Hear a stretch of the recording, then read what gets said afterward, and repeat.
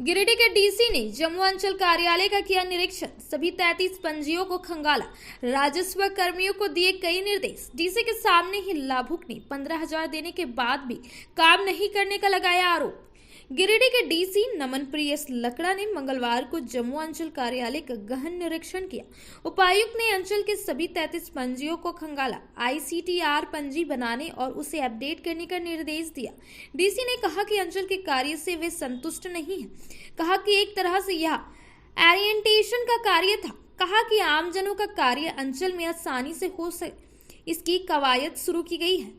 कहा कि 2 सप्ताह के बाद पुनः निरीक्षण किया जाएगा। कहा कि प्रखंड का भी निरीक्षण किया जाएगा। मौके पर प्रमुख मिस्टू देवी, उप प्रमुख रब्बाबुल हसन रब्बानी, विस्तृत अध्यक्ष जुनेद आलम, सदस्य सचिदानंद सिंह ने लिखित आवेदन देकर विभिन्न पंचायतों में चल रहे जल नल योजना की गुणवत्ता पर सवाल खड़े करते हुए जांच की मांग की। प्रतिनिधियों के डेलीगेट्स ने जमुआ चौक पर जल जमाव की समस्या की ओर ध्यान आकृष्ट कराया। बलगो पंचायत कामदेव प्रसाद वर्मा ने कहा कि बिना रिश्वत के अंचल और प्रखंड में कोई काम नहीं होता। उन्होंने डीसी के सामने कहा कि जेई को पशुधन सेट के लिए 15,000 रुपए दिए हैं और रुपए मांगा जा रहा है। ग्रामीणों ने राजस्व कर्मचारियों द्वारा लेन देन कर गलत ढंग से रजिस्टर 2 के नाम चढ़ाने और जमीन का ऑनलाइन करने का शिकायत डीसी से किया। डीसी के औचक निरीक्षण से अंचल सह प्रखंड कर्मियों में हड़कंप दिखा, वहीं आमजनों में काफी उत्साह दिखा। डीसी 2.5 घंटे से ज्यादा देर तक अंचल के विभिन्न फाइलों को खंगालते रहे। होता है वो जब तक चढ़ावा नहीं चढ़ता है तब तक वो कार्य नहीं हो पाता है, और उसके बावजूद भी जो धरातल पे जहां मजदूरों से काम होना है वहां जेसीबी का उपयोग किया जाता है। हम लोग ये समझ गए। देखिए, पास करवाने में 15,000 रुपये लेते थे। ठीक है। अब जो भी जिन्होंने आपसे ये किया है ना, जिन्होंने भी इस तरह का आपसे किसी तरह का अवैध राशि ये लिया, आप ये लिखित दीजिए। हम लोग ये आश्वस्त करते हैं कि उन पर सख्त कार्रवाई होगा। और जहाँ तक मनरेगा में जेसीबी से संबंधित जैसे गांडे का भी एक मामला आया था, हम लोग ने सभी लोगों को अर्थदंड दिया। हालांकि उसमें राशि का निकासी मात्र 237 रुपीज़ हुआ था, तो वो वसूली किया, अर्थदंड किया। हम लोगों ने संबंधित लोगों को ट्रांसफ़र भी किया है। गांडे के साथ साथ हम लोगों ने पिछला मंडे को जो हमारे सभी जो जेसीबी पोकलेन जो ओनर्स हैं उनके साथ में जिला स्तर पे एक बैठक भी किया, जिसमें कि हम लोगों ने ये सख्त हिदायत दिया है कि किसी भी तरह का अगर जेसीबी का अगर इस्तेमाल हो रहा है तो जो जेसीबी के जो मालिक हैं वो लोग भी इंश्योर कर लें कि उनका ये मनरेगा के संबंधित काम में मशीन ना लगे। सर रात को लगती है, पता नहीं चलता। ठीक है, वो तो हम लोग किसी भी चीज़ समस्या को हम लोग मिनिमाइज ही कर सकते हैं, लेकिन हम लोग को जैसा पता चलता है हम लोग उस पर कार्रवाई करते ही हैं। और दूसरा चीज़ है कि जेसीबी का जो निशान और बाकी चीज़ें वो प्रूफ तो रह ही जाता है, तो इसीलिए हम लोग सीधे तौर पे उसमें जितने मनरेगा कर्मी हैं उनको हम लोगों ने सख्त हिदायत दिया कि इस तरह का रिपीटेशन नहीं होना चाहिए। और जहाँ तक कि योजनाओं की स्वीकृति के लिए किसी भी तरह की शिकायत संबंधी आप लोगों को प्राप्त हो रहा है कि कहीं पे किन्हीं के द्वारा अवैध पैसा का वसूली हो रहा है, स्ट्रिक्टली इसमें हम लोगों का 0 टॉलरेंस है। आप प्रखंड में तो ठीक है, अगर प्रखंड में अगर आप संतुष्ट हैं ठीक है, अदरवाइज आपको आप एक बार जरूर कष्ट कीजिएगा, या आपके यहाँ पे जो भी जनप्रतिनिधि हैं उनसे हम लोग संपर्क में रहते हैं, है ना, तो आप लोग उनके माध्यम से जरूर हम लोगों को लिखित दीजिएगा। हम लोग के पास में संधारित रहता है कि कौन सा पब्लिक पिटीशन है, कौन सा क्या है। अभी फॉर एग्जाम्पल कल मैं समीक्षा कर रहा था, मनरेगा में ऐसे 37 जो पब्लिक पिटीशन संधारित है और उसमें क्या क्या कार्रवाई की गई है, ये हम लोग समीक्षा कर रहे हैं। तो देर सवेर लेकिन आपका ये जरूर होगा। से मुक्ति मिलेगी। चलिए ठीक है, अभी हम लोग डिटेल में आते हैं, तो ठीक है, थोड़ा समय अभाव इसके लिए हम क्षमा प्रार्थी।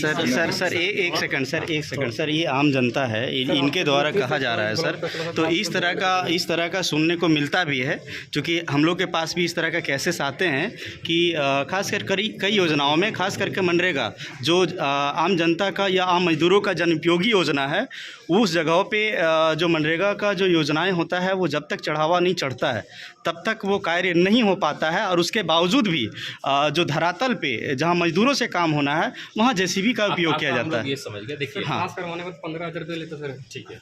अब जो भी जिन्होंने आपसे ये किया है ना, जिन्होंने भी इस तरह का आपसे किसी तरह का अवैध राशि ये लिया, आप ये लिखित दीजिए। हम लोग ये आश्वस्त करते हैं कि उन पर सख्त कार्रवाई होगा।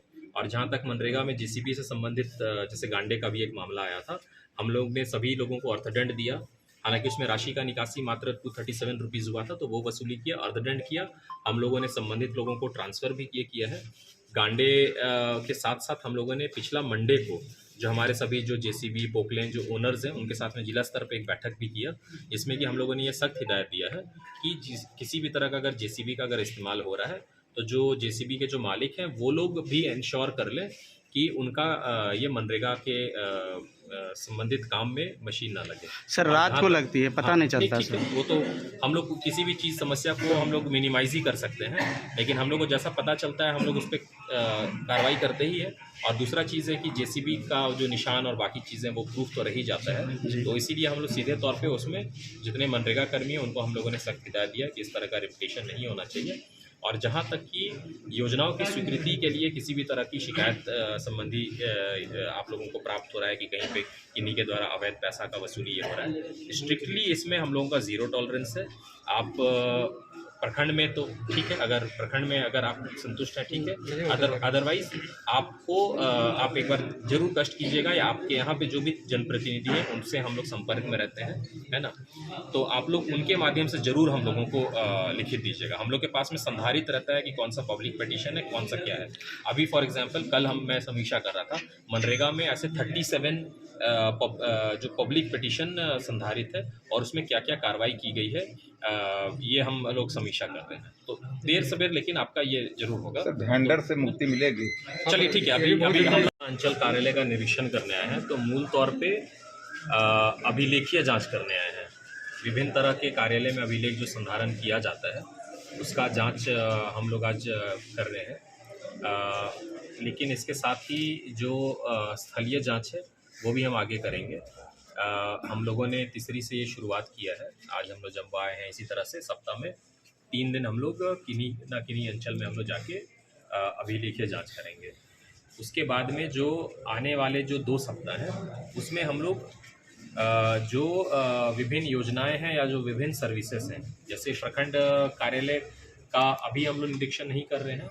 प्रखंड कार्यालय का निरीक्षण तब करेंगे जब हम लोग अगला बार जम्मू अंचल या कोई भी अंचल में हम लोग आएंगे। और जो भी सर्विसेज हैं, चूँकि जो योजनाएं हैं वो प्रखंड कार्यालय से कार्यान्वित हो रही होती हैं, और जो भी सर्विसेज हैं, जो राइट टू गारंटी और सर्विस एक्ट है, चाहे वो म्यूटेशन हो, चाहे वो ज़मीन के सीमांकन से रिलेटेड हो, मापी हो, आय निवास प्रमाण पत्र हो, जाति निवास प्रमाण पत्र हो, इससे संबंधित है। तो आज हम लोगों ने दुरुस्त करने का निर्देश दिया है। अभी हम लोग कुछ जल जीवन मिशन के भी कुछ स्कीम्स को देखेंगे। हम लोगों ने विशेष केंद्रीय सहायता से कुछ योजनाएं दी थी कस्तूरबा गांधी बालिका विद्यालय जम्वा में, वहाँ भी उनके इंस्टॉलेशन और गुणवत्ता संबंधी हम लोगों ने इंस्पेक्शन किया।